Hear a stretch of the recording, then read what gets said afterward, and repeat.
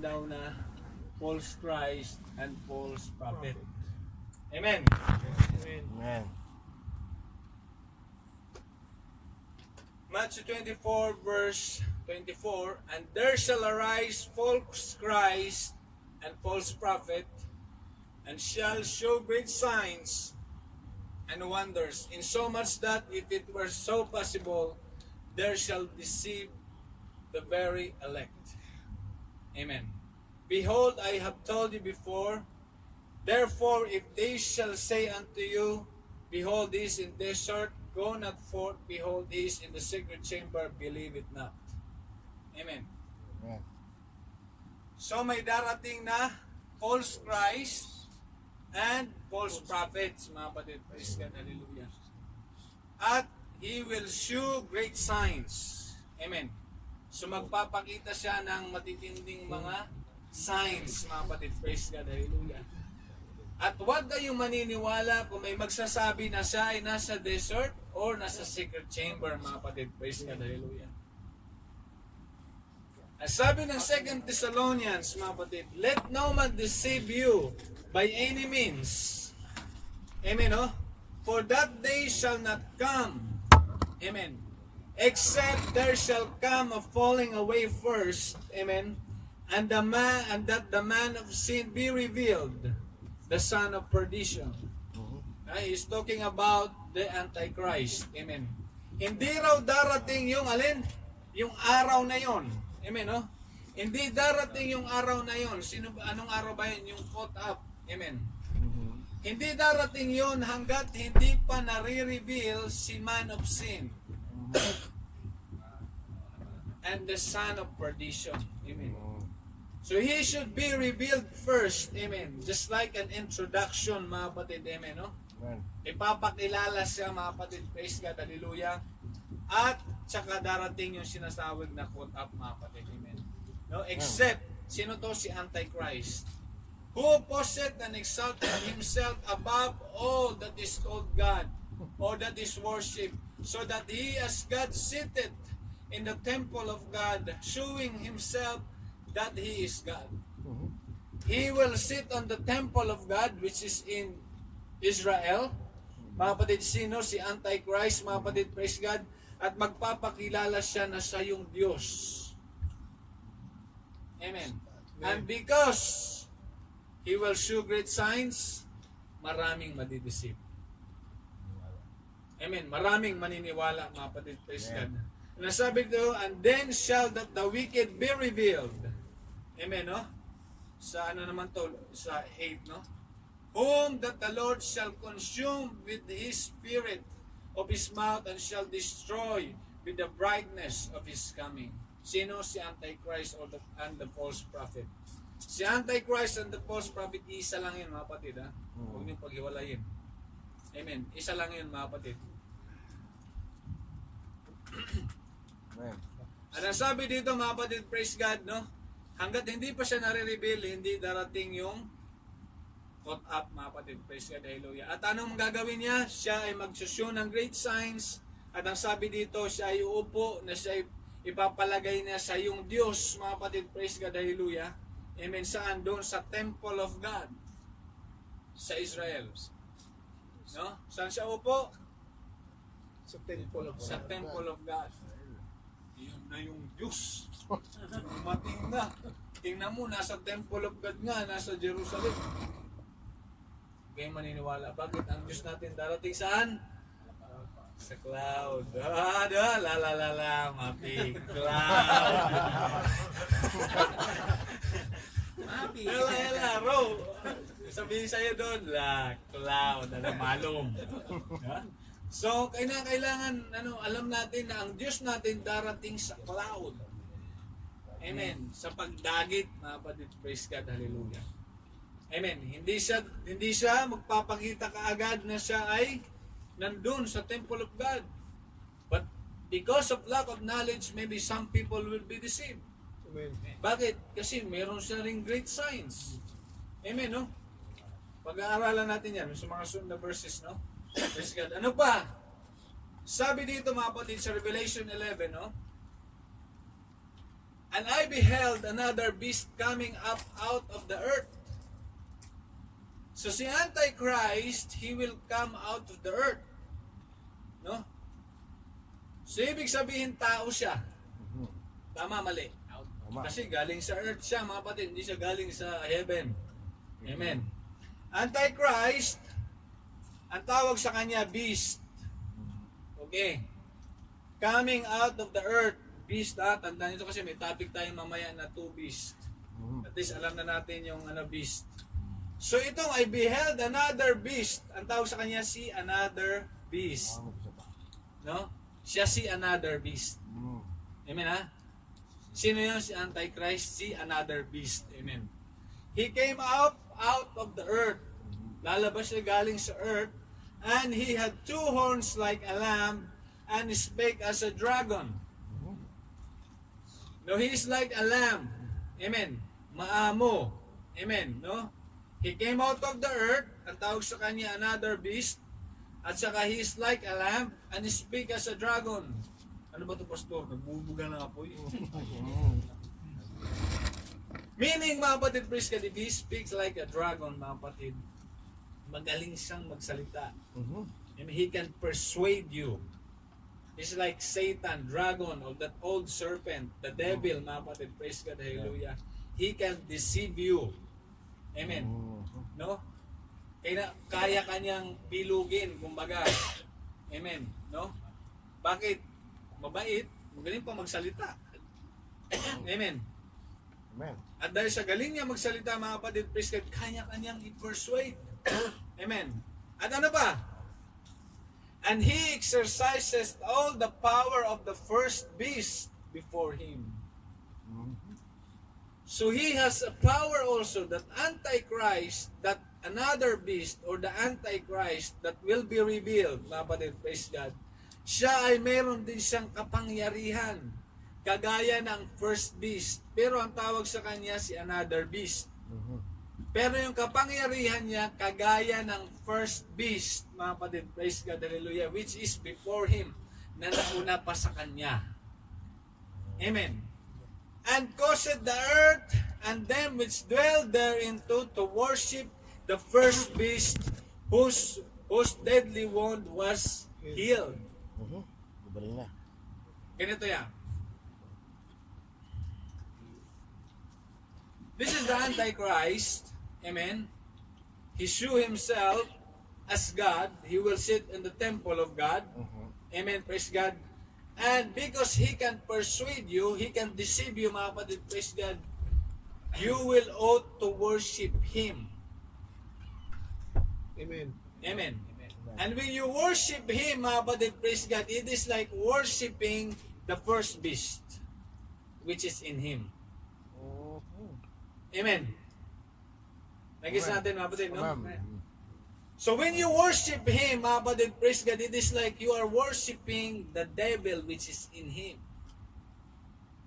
Amen, no? Ay sabi niya, no? Caused the earth and them that dwell thereinto to worship the first beast. Paano yun? Naniwala lang ako dito, nag-worship ako dito. No. It is like because you have been deceived, you have been doctrined. According doon sa first beast, which is, according doon sa another beast, which is the Antichrist, it will cause the earth, all the people was being deceived to worship the devil which is in him. Or the first beast, mga kapatid. Amen. Amen. Amen. And he doeth great wonders. When he sat on the temple of God, he will show great signs, wonders, so he maketh fire come down. Make it fire come down from heaven on the earth in the sight of men. Papaulan siya ng fire, mga kapatid, praise God. Sino si another beast, si Antichrist ang pinag-usapan natin dito. At dahil nagpapaulan siya from heaven, mga kapatid, kasi nga, bakit? He exercises the power of the first beast. Amen. That has a deadly wound that was healed. Pag-aralan natin to sa two beast, mga kapatid. Alam nyo, si Satan, mamaya na, mga kapatid. Basta tandaan nyo lang to dito, mga kapatid, no? No? Ito mismo mga kapatid, praise God, si first beast yung pinag-usapan. No? Si another beast, meron siyang kapangyarihan ni first beast. Amen. At ang sign niya is, whose deadly wound was healed. Pag-aralan natin yung mamaya. Yan yung kanyang clue. Amen. Pero ito si another beast, which is the Antichrist, he doeth great wonders. Amen. Pag nagpakita, pagpaulan siya ng fire, pag nagpaulan siya, talagang maniniwala ka talaga, no? Wonders, great wonders. Amen. Pag sinabi mo, hindi lang wonders, is a great one. Ano ba sa Tagalog yung great? Pagla. Kakila. Pagla-gilalas. Kakila-gilalas, no? Na mga, ano ba yung wonders? No, talagang matindi yung ipapamalas niya, mga kapatid. Yun nga lang magpaulan ka ng fire from heaven, talagang kakaiba na yun, mga kapatid. Praise God, hallelujah. And deceive them that dwell on the earth by the means of those miracles. Grabe, may miracles ba siya, no? Siguro kaya niya ring magpagaling na may sakit. Instant. Amen, no? Be healed. Gusto na nga talaga yung Diyos. Nandun pa siya sa temple of God. Nakaupo siya doon, mga kapatid. Kaya magpaulan ng fire. Behold, I have told you before. Yeah. Sabi ni Jesus Christ. There shall arise a false Christ and more false prophet. Talagang madidisip ka, mga kapatid. Amen. Great signs and wonders, mga kapatid. Praise God. No? Meron siyang great wonders. Amen. No? Pagila-gilalas na mga ginagawa, mga kapatid. Kaya niyang magpaulan. Amen. No? Saan na yun? Amen. Make it fire come down from heaven. Ano pa? Meron siyang miracles. Amen. Hindi na to yung mga bulong-bulong talagang in front of you. Sabi no? By any means of miracles which had power to do in the sight of the beast, saying to them that dwell on the earth that they should make an image to the beast which had the wound by the sword and did live. Amen. Talagang madidisip ka ni Antichrist. Yan si Antichrist, mga kapatid. Amen. Okay? Amen. And he had power to give life unto the image of the beast. No? Ano kaya yung tsura ng image na yan, mga kapatid, no? Gagawa kayo ng mga larawang inanyuan o mga images, mga kapatid, praise God. At kaya niyang bigyan ng buhay yun, mga kapatid. Magsasalita na. Amen. That the image of the beast should both speak, ayan o. And those that as many as would not worship the image of the beast should be killed. Nako. Amen. Pag hindi ka nag-worship, patay ka, mga kapatid. Amen. And he caused all, both small and great, rich and poor, free and bound, to receive the mark in the right hand or in their foreheads. Tatatakan ka na ngayon yan, mga kapatid. Praise God, hallelujah. Ito na yung paghahari ni Antichrist, mga kapatid. Praise God, hallelujah. Bibigyan ka ng tatak sa iyong forehead at sa iyong right hand, mga kapatid. And that no man might buy or sell save he that had the mark or the name of the beast or the number of his name. Amen. Here is the wisdom. Let him have the understanding count the number of the beast, for it is the number of a man, and his number is 666. So it is 666, mga kapatid. Praise God. Sabi doon, it is a number of a man. Kasi galing nga siya sa earth, mga kapatid, no? He is another beast. He came out from the earth. And he speak like a lamb. Amen? Dragon. He's like a lamb. He speak like a dragon, mga kapatid. Praise God. He exercises the power of the first beast. Amen? At ang kanyang name is 666, mga kapatid. Praise God. Hallelujah. At pag naghari siya, mga kapatid, praise God. Hallelujah. You will receive the mark on your right hand and on your forehead. And sabi doon, mga kapatid, that no man might buy or sell. Pag wala ka ng tatak, hindi ka makabili. Amen. Pag wala kang tatak, mga kapatid, praise God, hindi ka rin makapag-trade. Amen. Ang kinakailangan, may tatak ka sa panahon na yan. Pag inabot mo pa. Kung gusto mo yan, mga kapatid, praise God. Amen. High-tech eh. No? No? Gaganyan ka na lang. Tik. No? Pag magkasabing ka sa lulo, gaganyan ka lang. So ngayon, ang introduce ko pala ngayon ay Ay. God pala. Oh. Amen, no? So it will come to pass na magkakaroon na ng cashless, amen, no? Cashless society. Kasi nga, sabi nga ng Book of Daniel, no? Napasama ng pasama ang mundo, mga kapatid, praise God. Amen. Ang ano natin, mga kapatid, praise God, is para ma-eliminate yung mga magnanakaw. Yun ang purpose doon, mga kapatid. Pero, pag palapit ng palapit, hanggang napupunta na pala, mag-introduce na ng cashless society, mga kapatid. Amen. Dahil nga hindi ka na makabili pag wala kang chip. Amen. Praise the Lord. Amen. God. Hindi ka raw makabili, hindi ka makambay. Kaya nga, woe unto them that are having some child. Amen. Kasi kawawa, hindi ka makabili. Na kailangan may tatak ka, bili ka ng gatas, ayaw mo patatak. Kawawa ka.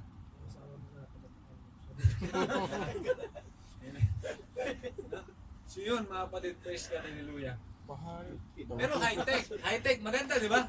High-tech, no? High-tech, maganda, di ba? Amen. No. Technology. High-tech, ha? Bibili ka lang, tik, sakay ka ng aeroplano. Tindi niya, walang tikit-tikit na, di ba? Oh. Tik!